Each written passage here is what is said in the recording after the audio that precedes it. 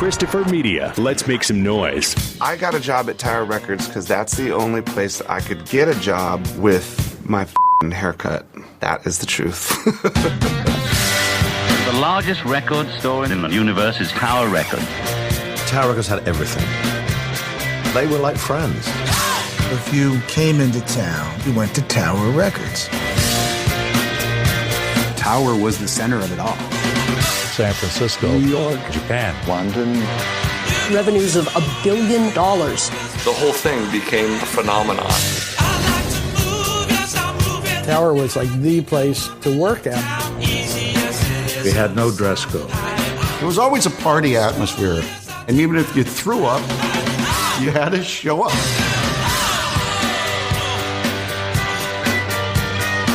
You were part of his family. That was the fun part. Russ-Solomon, Tower Records was what he did.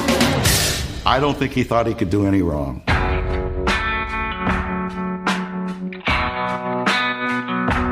A perfect storm of events was developing. There was no need for kids to even go in a record store to get their music. When the banks came in, we knew that things were going to change. It's the end of an icon.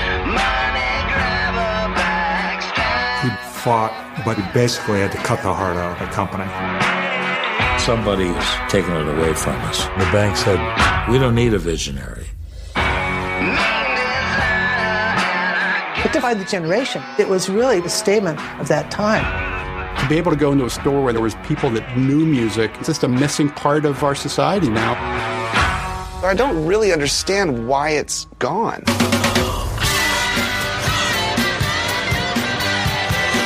We just happened to be at that right place at the right time. You want to call that luck? And call it luck. What would you call it? Luck.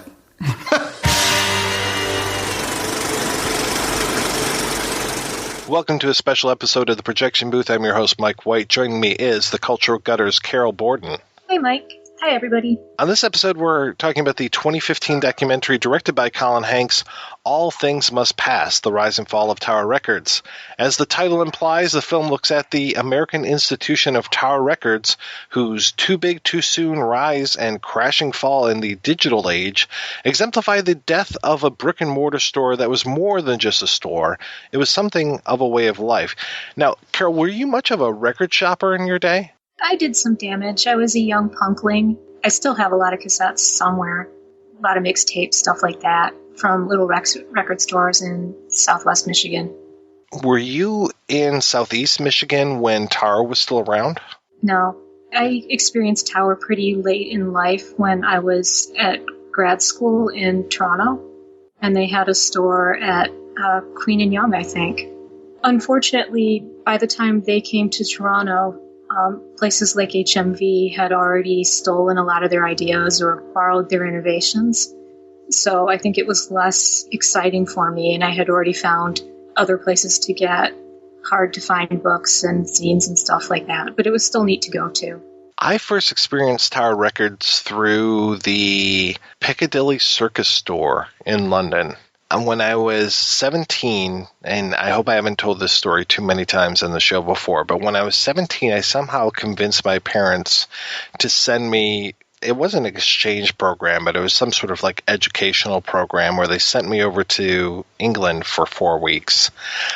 I still kind of credit that trip as really kind of a defining moment in my life, because here's this like know-nothing white guy from the Midwest being plunked into downtown London and having to figure it out, you know, like showing up at Heathrow and how do I get to Tolworth, England, and how do I get from Tolworth now to Waterloo Station, and just all those kind of things. And I spent a lot of hours at that Tower Records in Piccadilly Circus, and then after that I kind of when I would go to new cities that would have Tower, I would always try to check those out and see what the record stores were like. So I was really thrilled when Tower came to Ann Arbor.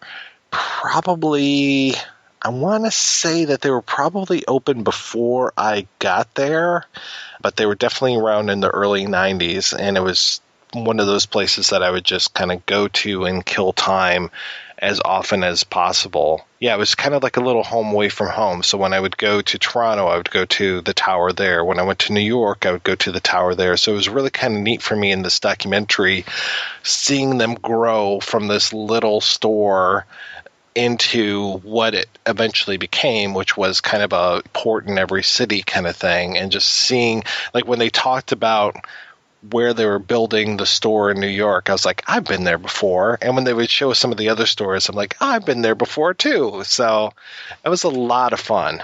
That's very cool. So what did you think of the movie? I liked it quite a bit. I enjoyed seeing that same arc from, like, it's neat that something that was a little soda fountain, where his dad's like, oh, we'll sell the used jukebox records to the kids. They seem to like that, becomes this thing that you can go to any city in the world and have a similar experience. And this was before, like for me, it was before things like Borders or Barnes & Noble, definitely before things like Best Buy and those kind of things. So it was really very important for me to have that kind of a place where I could also find different things. It wasn't like they were cookie cutters either. It wasn't like every store stocked the same stuff. And each one seemed to really have its own flavor to it. And it was really, you know, as I'm sure you know, being a record buyer or a cassette buyer, it's all about the browsing and the discovery and having things like those listening stations when CDs were kind of becoming big and what they stocked was different from store to store. It was really cool for me to go in there and be like, oh, hey, I've never seen this thing before. Do you remember some of the differences from the various stores that you went to? Well, obviously the artwork was very different, which I'm glad that they spent a few minutes talking about the artwork in the film, the kind of building out of the record covers and stuff. In some stores, it felt like, well, obviously when I was in England, they're not imports over there, you know, and here I am like looking, actually when I went over to England, a friend of mine, Andy Feudner, had given me a list of all these rare Smiths 12 inches that he couldn't find. So I'm going through the bin and I've got my little list and I'm just like, oh, yep, found this one, found this one, found this one, you know, and of course I'm looking for like PIL and Susie and the Banshees and Bauhaus and stuff. And it's just like, yeah, I've never seen this before. I've never seen that. So that was great. And then just seeing, you know, like the New York store obviously had more of a New York centric feel to it. I can't say that the Ann Arbor store had a really Ann Arbor-centric feel to it. I do have to say by the time I ended up, there was one in downtown Birmingham at just one block north of 15 Mile in Old Woodward. And by the time that one came about, it really felt like kind of the last hurrah for Tower because it wasn't there when I was working in downtown Birmingham. I would have been working about like half a block from there. So I would have been there every day had it been there when I was there. So it probably didn't even open until 98, 99. And we both know by that time, like Napster had kind of come on the scene and file sharing had come on the scene. And so it really felt like kind of like, hey, we're rearranging deck chairs on the Titanic kind of thing. And you really hoped that this store would last and prosper. But there was also, by that time, there's a huge Borders about a block away. There was a Barnes & Noble a few miles away. So it just felt like it wasn't destined to survive. And that's the thing about this documentary that I like so much is seeing the rise and the fall, though I have to say that the fall really made me sad because of those great times that I had at Tower and because of that whole browsing culture. Yeah, you can see like how it affected their relationships too with each other. I think was really sad to see how Russ-Solomon was actually one of those people who was a visionary, where now there's so many people who give themselves that title and then they get monies and position and stuff like that. But he had this idea that he wanted to make happen, and he was lucky enough to find an accountant who could help him make it happen and be functional and successful. And it's just so sad when you see the betrayal he has once they have the accountant that's helped them make this happen leave, and they get like a regular accountant. And he's just like, no, you can't do any of this. No, you can't do any of this. And then they start going into bankruptcy, and he starts losing stores and losing all the things that made it special to him. And it's just heartbreaking to see like that just even that little sense of betrayal he has about it. And him being such an empowering boss, just, if you want to do something, go ahead and do it. I read an interview recently I read something on his blog. He's doing this whole series of interviews with old zinesters. And he interviewed, is it Doug Biggert, the guy who ran the Tower Records zine stuff and magazine stuff for a lot of years. And he echoed that same thing that the documentary has, where it was like, I want to do this, and nobody questioned it. It was like, it's that old, it's easier to ask for forgiveness than permission. And he just did it and basically created this whole new revenue stream for Tower, but at the same time he created this whole great thing of this exchange of ideas, because he really helped bring zine culture into mainstream culture and really helped kind of let people find stuff in a much more readily available place, because at least, growing up downriver, there was nothing like that. And even in Ann Arbor, there really wasn't that many great places where you could go and find zines. Like, even though they have some fantastic bookstores in Ann Arbor, or at least they used to, I know some of them have closed down. I think what was the one at Liberty and State Street? I don't think that's there anymore. And I know Dawn Treader's still around, but there's a few more that have kind of closed down over the years. You couldn't find zines anywhere, but you could find them at Tower. Like, I participated in the zine scene in Toronto, and I got a lot. Again, Tower came in somewhere between 98 and 2000, so it came in fairly late, and it wasn't supporting. I think that Tower was trying hard to support local zines, but they were pushing a lot more magazine-type zines, that were glossies. But they really helped move zines around the country so that you could discover things from other cities that you hadn't even had any idea that they existed, let alone stuff that you checked off in factsheet-5 that you wanted to get. Well, yeah, at least with Toronto, I'm sure that there were other places, but I know for me, I used to sell through Suspect Video. And there were a couple other bookstores. There was one that, it was over at... There's an anarchist one in the Anarchist Bookstore in Kensington Market. And there was one over on Queen Street, and I can't remember what cross street it was, but unfortunately, last time I went up there, they're not there anymore, and they were a fantastic bookstore. Yeah, so Queen Street is different now.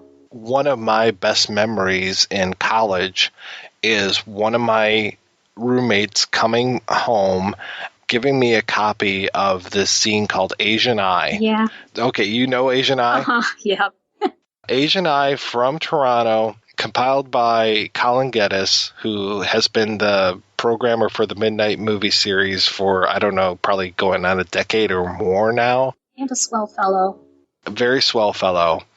And yeah, my housemate was just like, hey, I saw this, I thought you would like it. And it was the first issue of Asian Eye. I think he only ever did 2 issues, but it just blew the top off my head, man. I couldn't believe this. This was where I first found out about Chinese hopping vampires. There were so many great things about Jackie Chan in here. And it's before the internet. We're talking like 91, 92, something like that. I think it was 92. And just reading about all these films, I couldn't believe. It was amazing. And that, for me, is the thing that I always try to achieve. Like, even with this podcast, the thing that I'm always trying to achieve is somebody somewhere, in bumfuck Iowa or whatever, has no idea about Vera Chitlova or something, and to be able to introduce somebody to something like that, I'm going to feel good at the end of the day. And that really comes from that experience with Asian Eye and getting something this, plopped in my lap and just going, oh my God, I've never heard of any of this stuff. Wow, I didn't know that. It's amazing. I can do you one better, too, when it comes to this story. A few months later, I go to Toronto, and I remember reading in Asian Eye about the Golden Classics movie theater. So I find it. I go to the Golden Classics. They're showing a Jet Li film, and I think a Jackie Chan film, but for sure a Jet Li film. It was kind of like the knockoff version of Moscow and the Hudson. It was Jet Li comes over with a bunch of acrobats. I was probably there. I go in, I go up to the guy at the ticket counter, and I'm just like, oh man, I'm so glad to be here. This is amazing. You know, I read about this in this zine, and this friend of mine got this for me in college, and blah, blah, blah. And I'm just talking a mile a minute, I'm sure. And the guy who's selling tickets just like puts out his hand, and he's like, Colin-Geddes, nice to meet you. That's actually where I met Colin, but I didn't have like the whole Asian Eye experience I had. Colin is the guy selling tickets at the Golden Classics. Oh, Colin works at Suspect too. Talk about a true film fan, you know? They put up they had some, I don't know if you were distributing them or what, but they had a videotape of Who Do You Think You're Fooling that They had like put up in a prominent place for people to watch. So I have like this reverse story of like, wow, this is a really great video. Who is this Mike White guy? God, it's such a small world, isn't it? Yeah, and really, I do have to thank Colin for really kind of inspiring me with the zine bug. Between Colin and my friend Leon, and Leon did a zine, he did a comic called Stewie, and he was the one who introduced me to Factsheet-5. And of course, that was another thing where it's just like, oh my God, here's a listing of all these things, and I'm just like, I want to read everything. And so for me, Tower was such the entree into so many amazing zines, amazing books, amazing records, VHS tapes. I don't think I ever bought a DVD there. That kind of puts a point on where I stopped kind of shopping at Tower. I definitely bought a lot of books and a lot of records there, and just a ton of magazines and zines. And that was the other thing, too, is just the magazines, the real live magazines that were out there, and just the variety. And, you know, it was like just kind of amazing to see some of the crazy, like, tattoo magazines that they would have. And this is before tattoos were like, you know, you walk down the street and you see somebody with the whole arm sleeve. This was like when tattoos were still pretty like taboo almost, and it's like, wow, this is amazing. They had Boing Boing before Boing Boing was a website. Oh, yeah. Yeah. This whole documentary just captures so much of a crazy era for me. And of course, you know, this stuff predates me by quite a bit, but you know, when I kind of come into the story, which unfortunately is towards the tail end, it's just like, oh wow, you know, it brings back a flood of memories, really makes me appreciate stuff, and then makes me incredibly sad that it's not around anymore. Yeah. Well, the other thing I was thinking while you were talking is so much of this experience you're talking about is exactly the experience that they wanted people to have, and that they worked hard to make.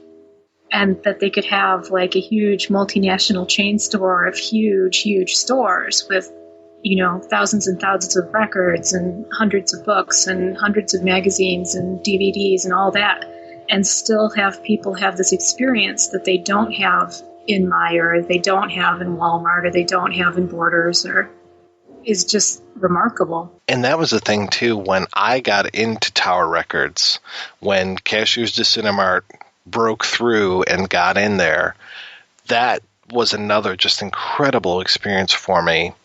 And by that time, I don't think that Doug Biggert was still working there, or maybe he was, but I dealt with this guy, Clint Johns. And Clint was amazing.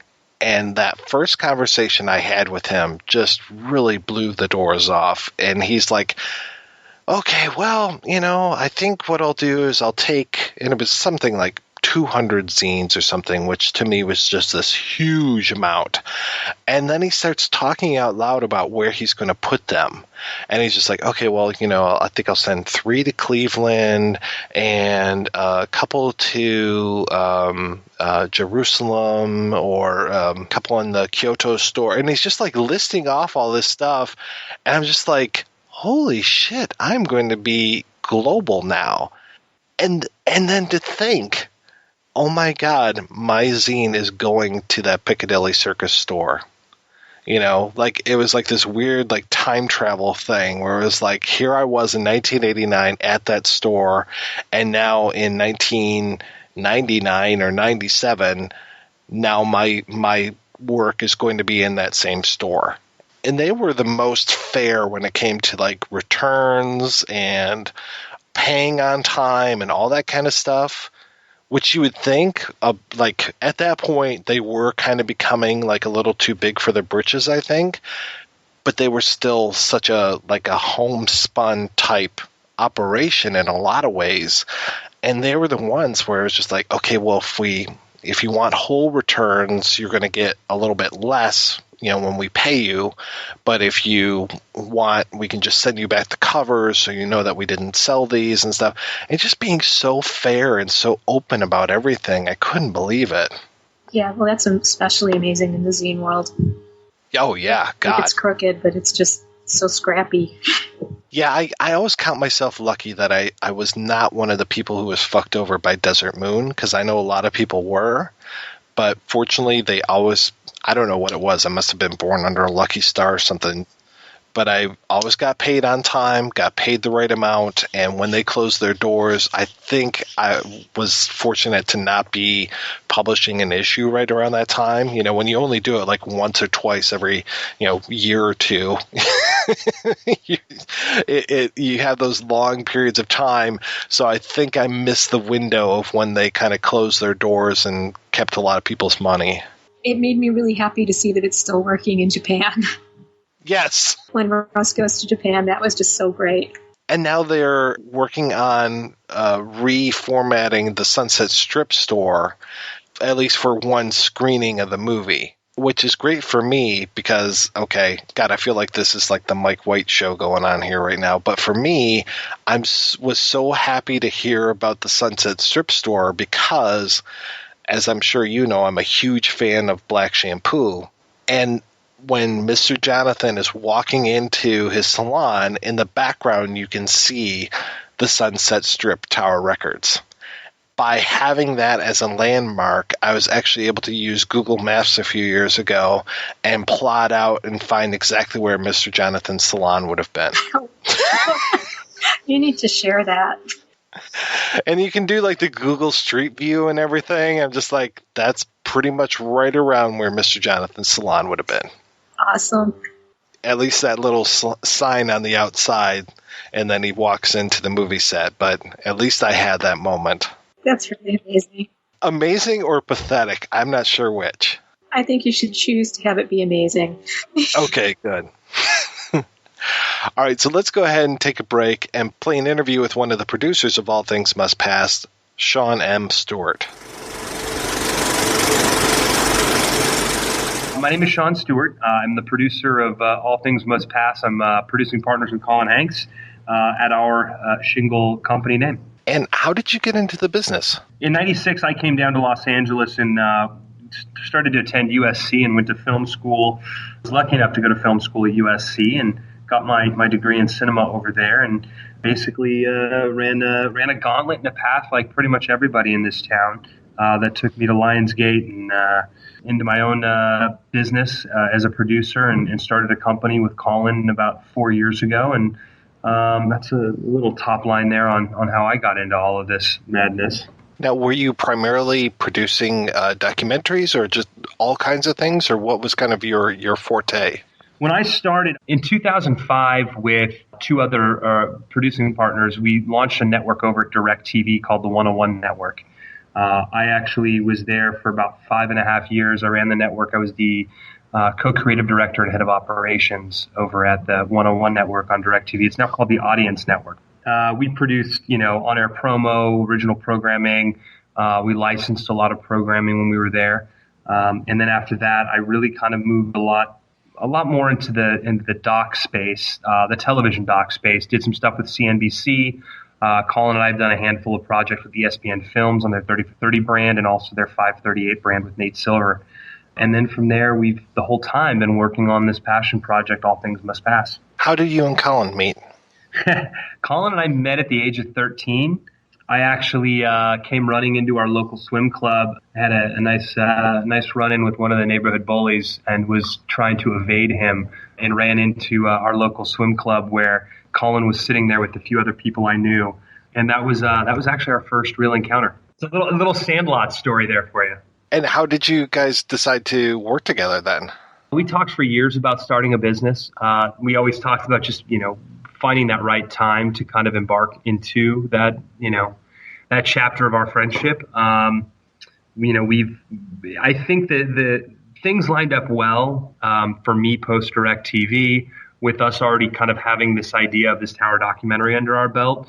And when I left, we decided to make it formal and start to build a business. Now, did you grow up with Tower? I did. I grew up in Sacramento with Colin. Tower was a staple of our lives. By that point, I think, it was cassettes and CDs that were the mainstay. My father handed me a stack of records when I was about 13 years old. I think the majority of them were Beach Boys, Elton-John, and even some reggae. And I remember that was kind of my first experience with vinyl. But for us in Tower Records, Colin and I, we'd spend, quite a bit of time there at the original store actually on Broadway and Watt Avenue, the two original stores in Sacramento, sifting the racks and finding music and even buying concert tickets there. They had a thing back then called Ticketron where you could go in and buy tickets and they'd spit them out right there for you. So that was one of those great benchmarks for us of what Tower Records brought and kind of the evolution of the company. So say you're, 18 years old and you're going to Tower Records. How often would you go and how much money do you think you would spend a month at Tower?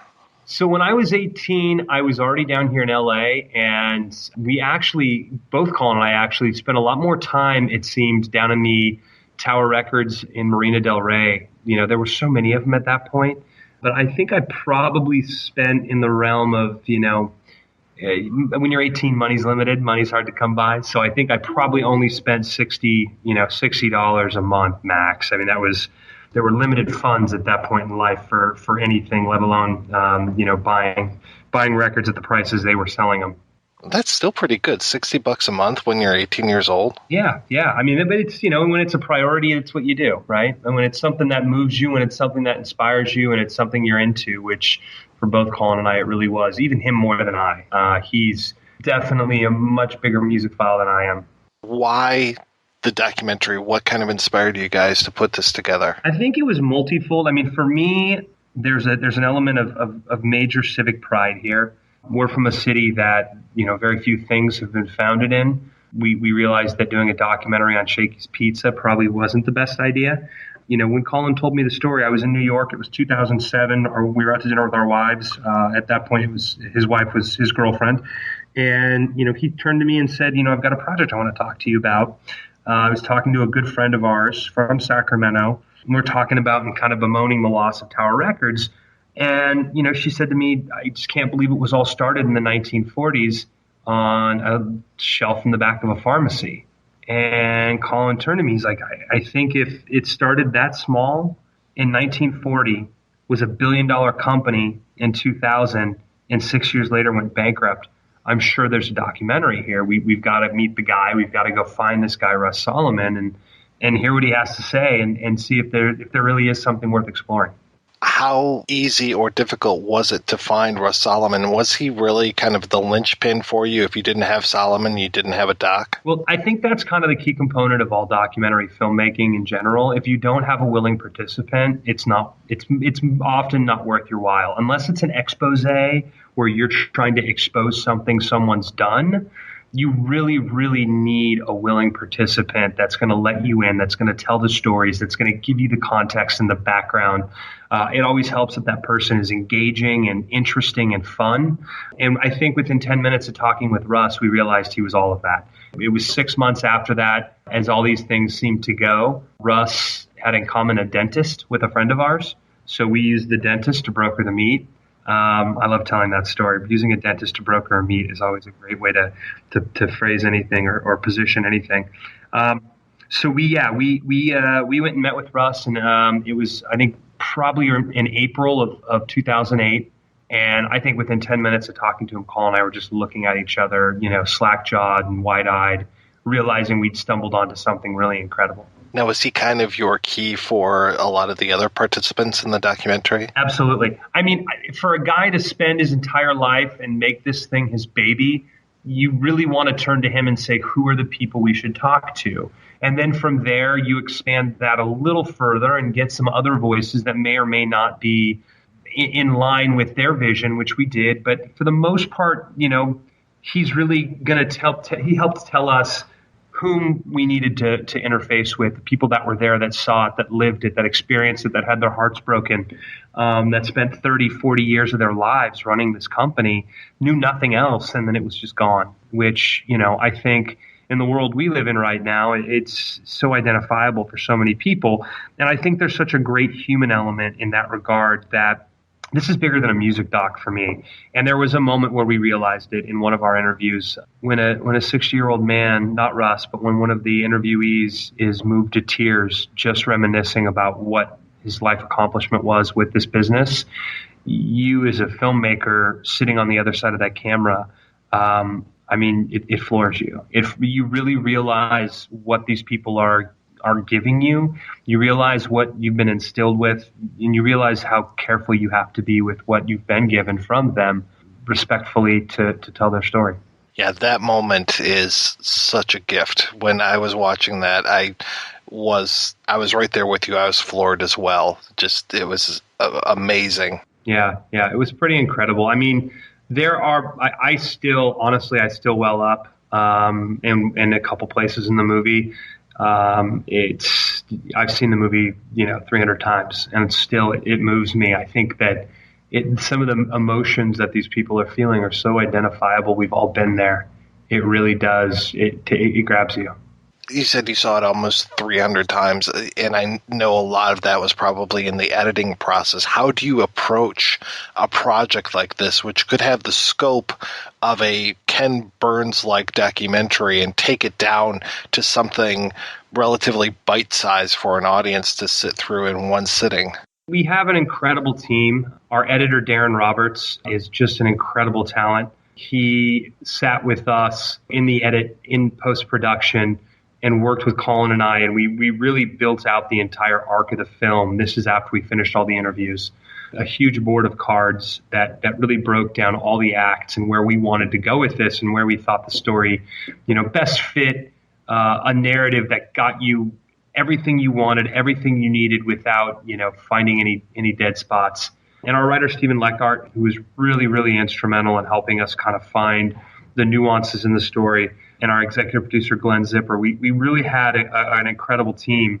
And it's funny, art imitating life, we really learned a lot from Russ. I think I learned a lot from Russ in this filmmaking process. Russ talks a lot about basically allowing people to, this Tom Sawyer theory of management, letting people paint the fence. So Russ would sit back and he would empower people to make tough decisions. And he would hire people he trusted and people he enjoyed and let them make decisions that really helped this company grow. And it was incredible to talk to him about it because he's the most modest human being you'll ever meet. He empowered these people, gives them all the credit, and yet what he was able to accomplish is frankly astounding. There are so many moments where I was just taken aback in the film. One of the things that I really thought you guys did very well, speaking of moving the narrative along as you go through this, is the use of the music with this, which is so important for Tower Records, the Tower Records story. What was that like, though? Because those are big songs you're using when it comes to this. Yeah, it's, if anything, that was one of the more stressful conversations Colin and I had for the entire 7 years when we were talking and making this movie. You're doing a movie that is, in our opinion, about the quintessential record store. This is the place that, 9 out of 10 people I bump into have a story they tell about their first time at Tower Records or this thing that happened to them or how this company moved them. And this is a company that had a catalog that was so deep and so rich and so interesting with so many incredible people that worked there that we knew that, for us to not run the spectrum of genres, to not plant a flag in every genre and every era as we went through it would be a disservice to a movie like this. So, we really set out to find a country track and to find a hip hop track and to find a rock and roll track and to find some electronic music, and to really give people every aisle in the Tower Records that they would walk into, including soundtrack, to help them go on an adventure visually and, storytelling wise, and also, through this music to bring them back to every era that this company was a part of. So how did you secure the rights for these? We started off with something we thought was a little more obtainable than the rest. Obviously, we knew that we wanted to title the movie All Things Must Pass. There is something so poetic about the secular, ways of life as it relates to, businesses and relationships and your work. And we knew that All Things Must Pass could be a real banner for us to really put this movie under. So we reached out first and foremost to Olivia Harrison.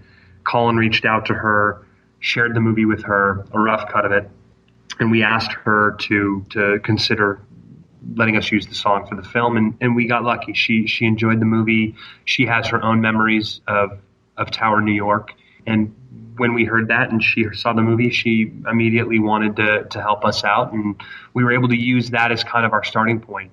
And from there, you go to these other musicians, and magically, I think for us, this is a beloved company that meant so much to so many of these musicians that when we said, hey, we're telling the story of Tower Records, we're telling the story of the music industry through Tower Records, through the prism of Tower Records, they all very much supported the idea and really wanted to be a part of it and lend their music and their voice to this company that had done so much for everyone. Now, you talked to so many of the people that were part of Tower Records, and then so many of the people that were fans of Tower Records that ended up either becoming musicians or who were musicians in the first place. How did you go about securing folks like the Elton-Johns, the Bruce Springsteens, Dave-Grohls, those kind of folks? It was from the get-go, Colin really, as the director on this film, had two lines in the sand he drew.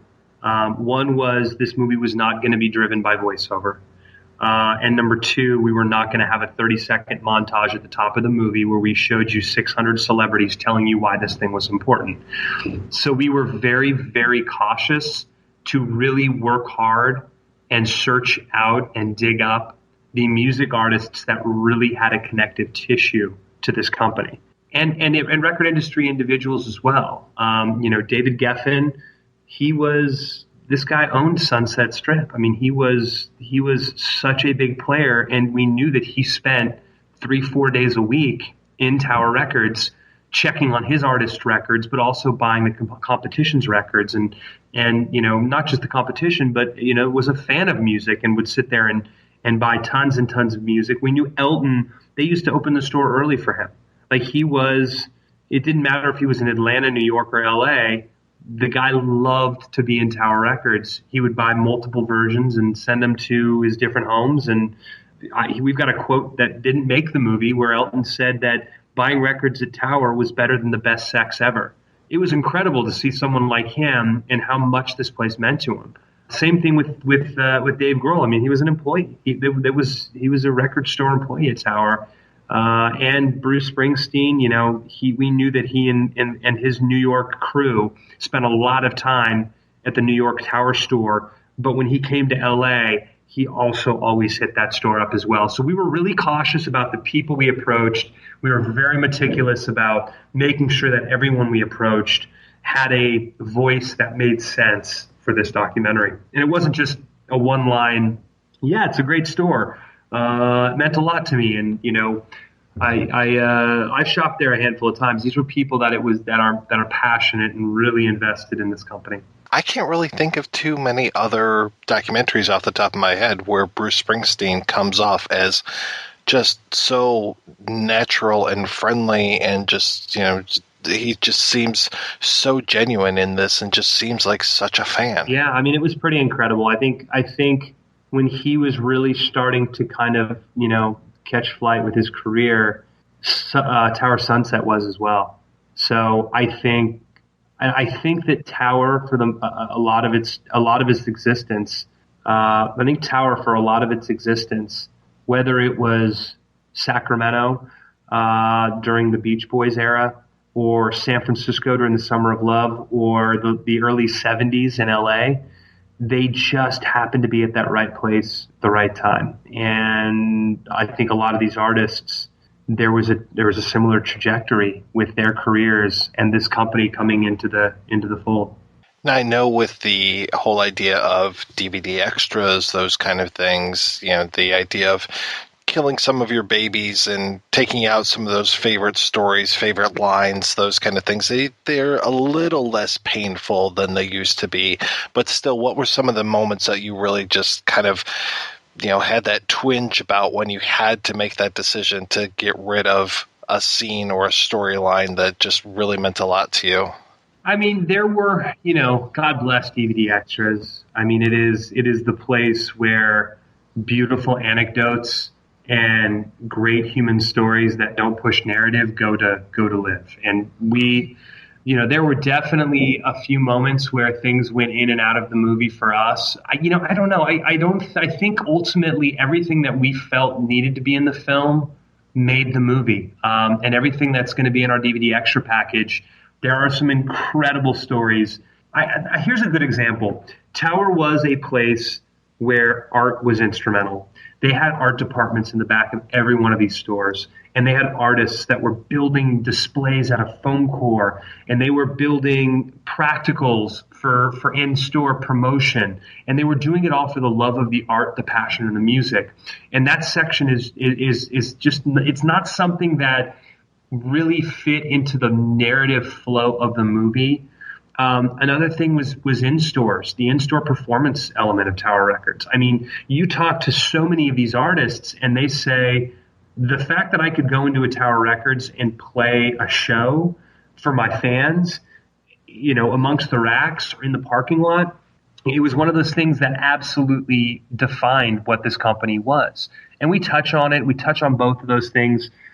We obviously have a lot more material on those. We always joke that we could have done a Tower Records miniseries, just because we feel it's such an incredible company and such a deep human story with so many threads to pull on. But those are a couple things that we were able to touch on, but not get into as much as we probably would have liked for the sake of the film. The one thing that meant a lot to me that wasn't covered, but I imagine that it was there somewhere amongst the discussions or on the cutting room floor or maybe in those DVD extras, was the importance of that zine rack and just the way that Tower Records was able to take small zines and bring them around the world really meant a lot to me personally. Well, the first Rolling Stone magazine was brought to Tower San Francisco, hand walked in. From what we understand, that magazine starting in San Francisco and Tower starting in San Francisco, those two ships kind of rose together. And I think Russ prided himself on the fact that he wanted to, incorporate that world and empower his people, especially when Pulse magazine came to fruition and they made their own in-house magazine, that they really wanted to not only sell music, but sell products where people discussed music. They wanted to forward the discussion. And it definitely was something, we touch on Pulse magazine and its importance in our documentary. But yeah, it was the place you went to read about music and not just experience it, buy it, and talk to other people about it. So yeah, it definitely was an important facet of Tower Records.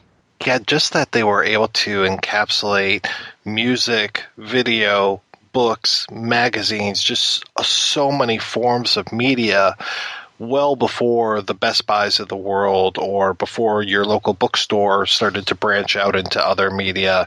It was just such like the one-stop place for so many great ideas to be able to just kind of go in and spend your money or go in and talk with other like-minded people. Yeah, absolutely. And I think that was another big thing that we really realized in this documentary process was this wasn't just a place about music. This was a place where people socialized, where they interacted, where they met, where they hung out.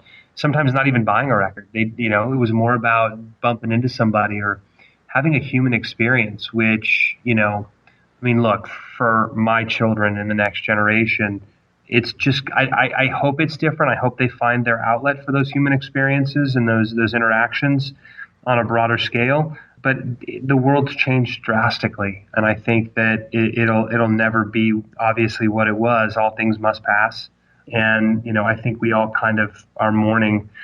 Those of us that made this movie and put our hearts and souls into it, we're mourning an era that's gone, that we're never going to get back, that will never be the same. There'll be certain versions of it, like Amoeba and other places, but this was really a special time and a special place. So tell me about the documentary proper. Like, where did it premiere, and what have those experiences been like for you going around with the film? It's been a pretty incredible 6 months with this movie. We premiered at South by Southwest in March. That was always our target festival for the film. We always knew that festival with its cross sections with music was just the perfect place for this to land. And we were honored and excited when they accepted us there. And everywhere we've gone, I mean, when we went to Seattle, we had, I want to say, 75 ex-employees of the Seattle store show up to the screening, some of them without tickets. They drove a yellow Tower van that one of the guys bought from the store when it went bankrupt and had kept in running order. We have a picture of Colin and I and 60 employees in front of this big yellow Tower van that one of these guys cherishes as his last thing that he's holding on to from his Tower life. And to take this movie home to Sacramento, for us, I think that was a real pinnacle moment. We were able to, and Russ is 90. He's not at an age where travel is easy. We really wanted him to come to South by Southwest, but it wasn't in the cards for that time that we were there. So the first time Russ saw the movie on the big screen was in Sacramento in the Tower Theater, which is the theater in which his father had the pharmacy where it all started in the 1940s. And for us to sit in that theater with him and 20 of what we've fondly coined his generals watching this movie, it was just an unbelievable experience. A few of the ex-employees and cast members from our film were actually yelling at each other during the film, pissed off at each other. I think at one point, Mark Vidicic, who's got this incredible mustache, screams at the top of his lungs, "Screw you, Heidi." Actually, no, I think he said, "Fuck you, Heidi." And then Heidi turned around and said, "Love you, Sid." And I mean, it was just like our own little mystery theater with these people watching themselves and watching their lives and watching their story unfold. And that was pretty incredible. And now on October 15th here in LA, we get to have our premiere here. As it's been leaking into the internet and into the public eye, we are actually transforming Tower Records Sunset back into its original form. We're repainting the building. We are throwing a huge premiere party there. We're going to have the Eagles of Death Metal, Josh Homme's band, playing in the parking lot. And it's going to be a little bit of a three-ring circus with an in-store back at Tower Records for one night only. And to get Russ back to Tower Sunset with that building back in our hands for 24 hours, it's just been this gratifying tour after 7 years of taking him place to place to place and really like getting to see him go through what I think is one of the most incredible emotional journeys I've seen someone, go through and witness. He's getting to kind of see his baby again one last time, which is really incredible for us as filmmakers. So as you're doing this, I imagine you probably have one eye on the future. Where's the next thing? What's the next thing for you? We're trying to figure that out. Colin and I are, we love the music genre. Music docs are hard to get made. Documentaries are hard to get made. I think we're in a bit of a golden era in documentaries, which is great. So we've got our hands in a lot of stuff. I think this has been all consuming for us for the last 6 months, just getting this movie done, getting it delivered, getting it into theaters. I think for us, it could be scripted, it could be documentary. We haven't committed to anything yet, but we've definitely got some projects on the plate that we're very excited about that hopefully we'll be able to share with people very soon. Now, is there a good place for people to keep up with the documentary when it's coming out on VOD or DVD, all that kind of stuff? If there's local screenings still, what's happening with that? Yeah, if people want to keep up with the film, we've got our website, towerrecordsdoc.com, which we're updating constantly with all the different theaters and cities that we're going to be expanding into theatrically. We'll also be up there announcing when the movie's coming out on DVD, when people can buy it on iTunes, when it'll be available on other formats, television, etc., as soon as those things are done and put in place. But that's probably the best way to keep up with the movie. I think we've pretty much swooped up everything towerrecordsdoc.com or Tower Records Doc, Instagram, Twitter, everywhere. So, we've got a good blanket out there, a good net out there if people want to keep up on the movie and kind of where we're headed with it and when it can get to their house or their theater near them.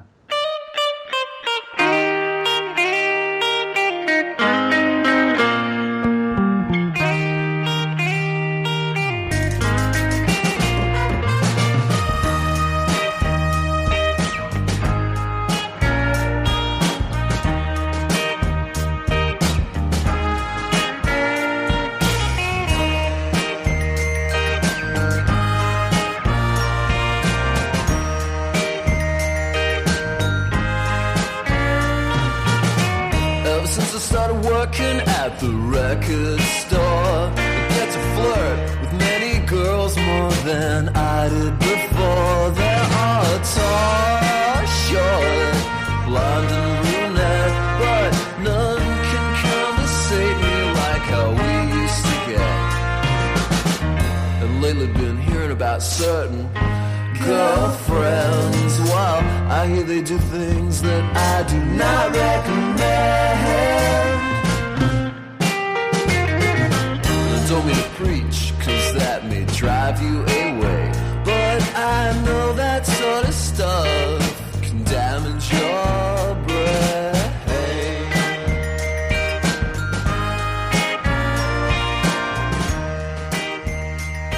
All right, we're back and we're talking about All Things Must Pass. So, Carol, would you recommend All Things Must Pass? Yeah, I would, definitely. I think it's a neat story, even if your own story isn't embedded in Tower Records.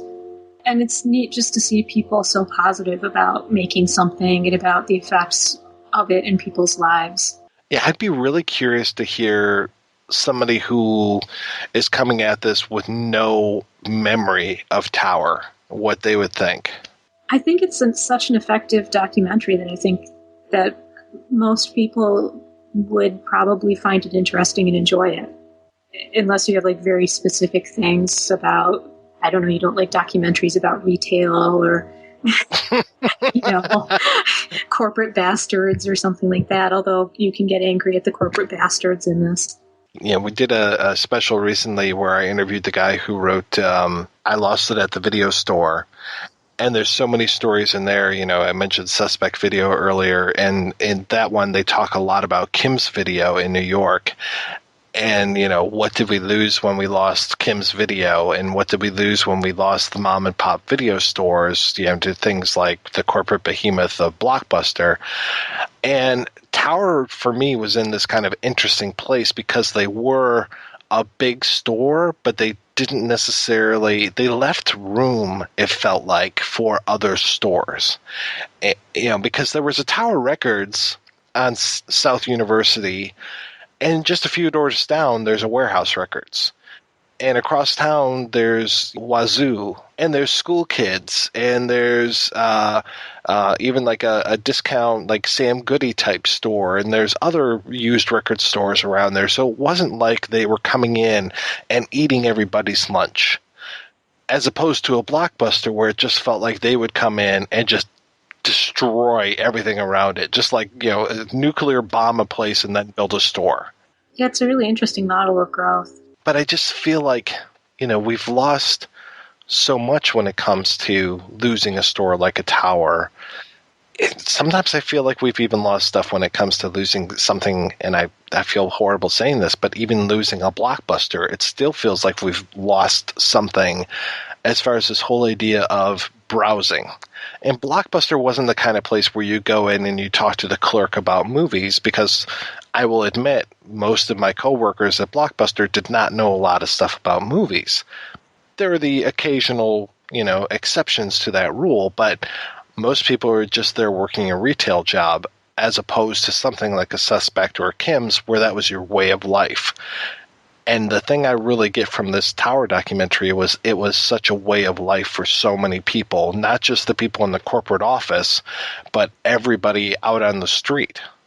So this whole idea of not having a place, and I don't think I know I shot the shit with a couple of the people that worked at Tower, but for me it was more someplace that you would go with friends and say, hey, have you seen this? Hey, have you heard this? You know, you go over to a listening station and be like, hey, check this out. And we don't have that anymore. You know, I know it's easy to send links, but it's just as easy to ignore them. There is something about a physical space, meeting people there and being there together and sharing these things. Yeah, and just having some place to go. Sometimes I feel like we're going to have like an over-the-edge kind of thing coming up here soon where we have no place to go. I'm just content being home where I can browse my record library and go to Amazon Prime and download the next whatever, as opposed to actually getting off my ass and going out someplace and just doing the shopping, you know, just checking stuff out. I definitely recommend this movie. And the thing that I kind of like about it, I mean, like when I first heard, oh, Colin Hanks is going to be doing this documentary about Tower Records, I was just like, well, I'm not really sure. I like Colin Hanks. I like Tom Hanks. And I like Colin Hanks a lot. I have liked a lot of the shows that he's been in. He was in one called The Good Guys that I liked a lot and unfortunately was canceled. But I was just like, okay, I don't know. When a celebrity turns around and makes a documentary, I'm not really 100% sure about it right off the bat, because I'm like, okay, because there were too many self-serving people. And I'm just like, okay, how is he going to kind of turn this around and make this about him and that kind of stuff? But then when I think about some other documentaries, things like Keanu Reeves' documentary about showing things in digital versus film. And it's nice, though, when I think about that one, I'm just like, okay, I think Keanu was more using his clout as a celebrity to get this thing done and out there. And I definitely think that Colin Hanks is doing the exact same thing. This is not the Colin Hanks show. He never shows up in the documentary. No, I didn't realize it was him until I saw his name on the screen. Right. And then I was like, is it the same one? Right, exactly. It is. Yeah, and I think he's able to use his celebrity to push this thing out there a lot more than a regular quote-unquote documentary director. Like, you know, we talked last week about An Open Secret, and it's like, okay, I know kind of Amy J. Berg, but she's not like the household name. I wouldn't say Colin Hanks is a household name yet, but, you know, his dad definitely is.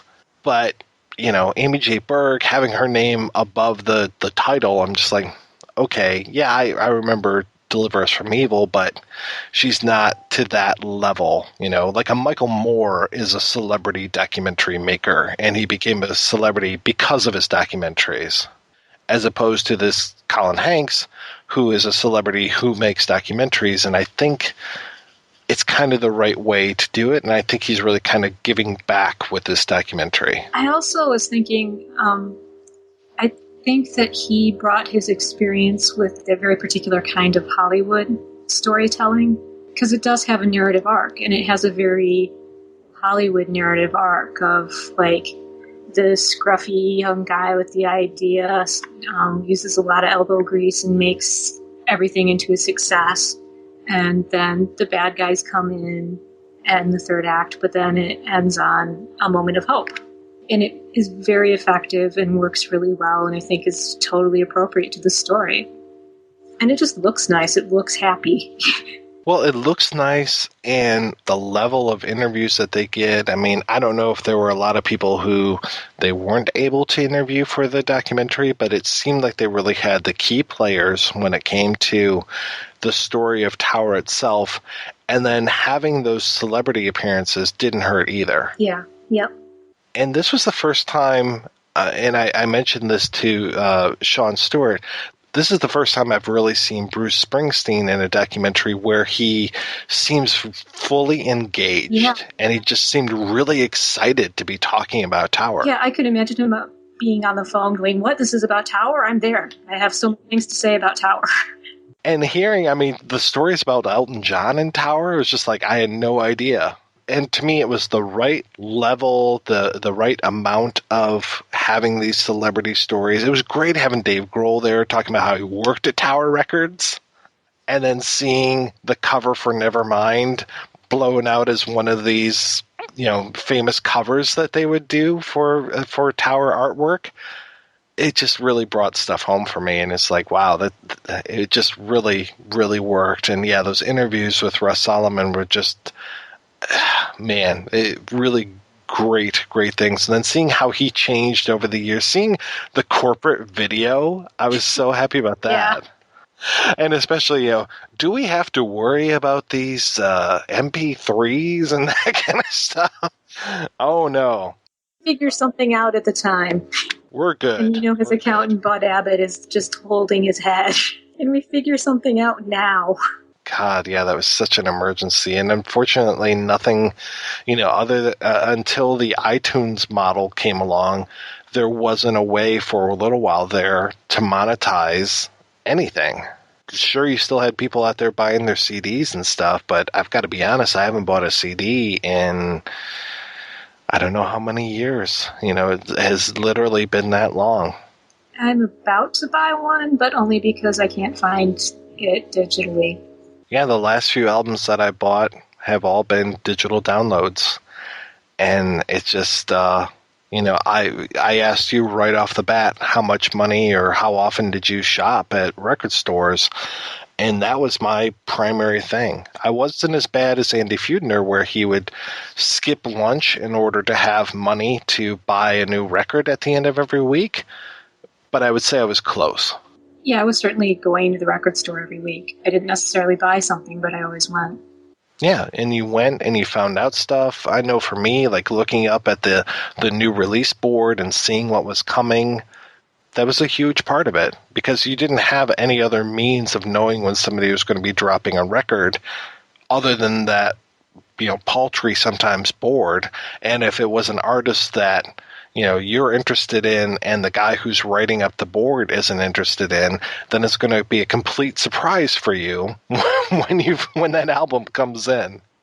It's like, oh my God, they recorded a new one? Oh, okay, great. I remember going to Tower and constantly finding new John Zorn records. It's like, oh, because that guy records like a motherfucker, but it's just like you never know when something new is going to come out. Thank you very much, Carol, for coming on the show. I really appreciate you coming on and talking about these docs with me. So what kind of stuff is going on over at the Cultural Gutter? We have a new co-screen editor, Beth Watkins from Beth Loves Bollywood, and she'll be writing about filmy things. And then personally, I have a story coming out in the Fox Spirit Books anthology, Things in the Dark. My story is called Thomas Hobbes versus the Mole People.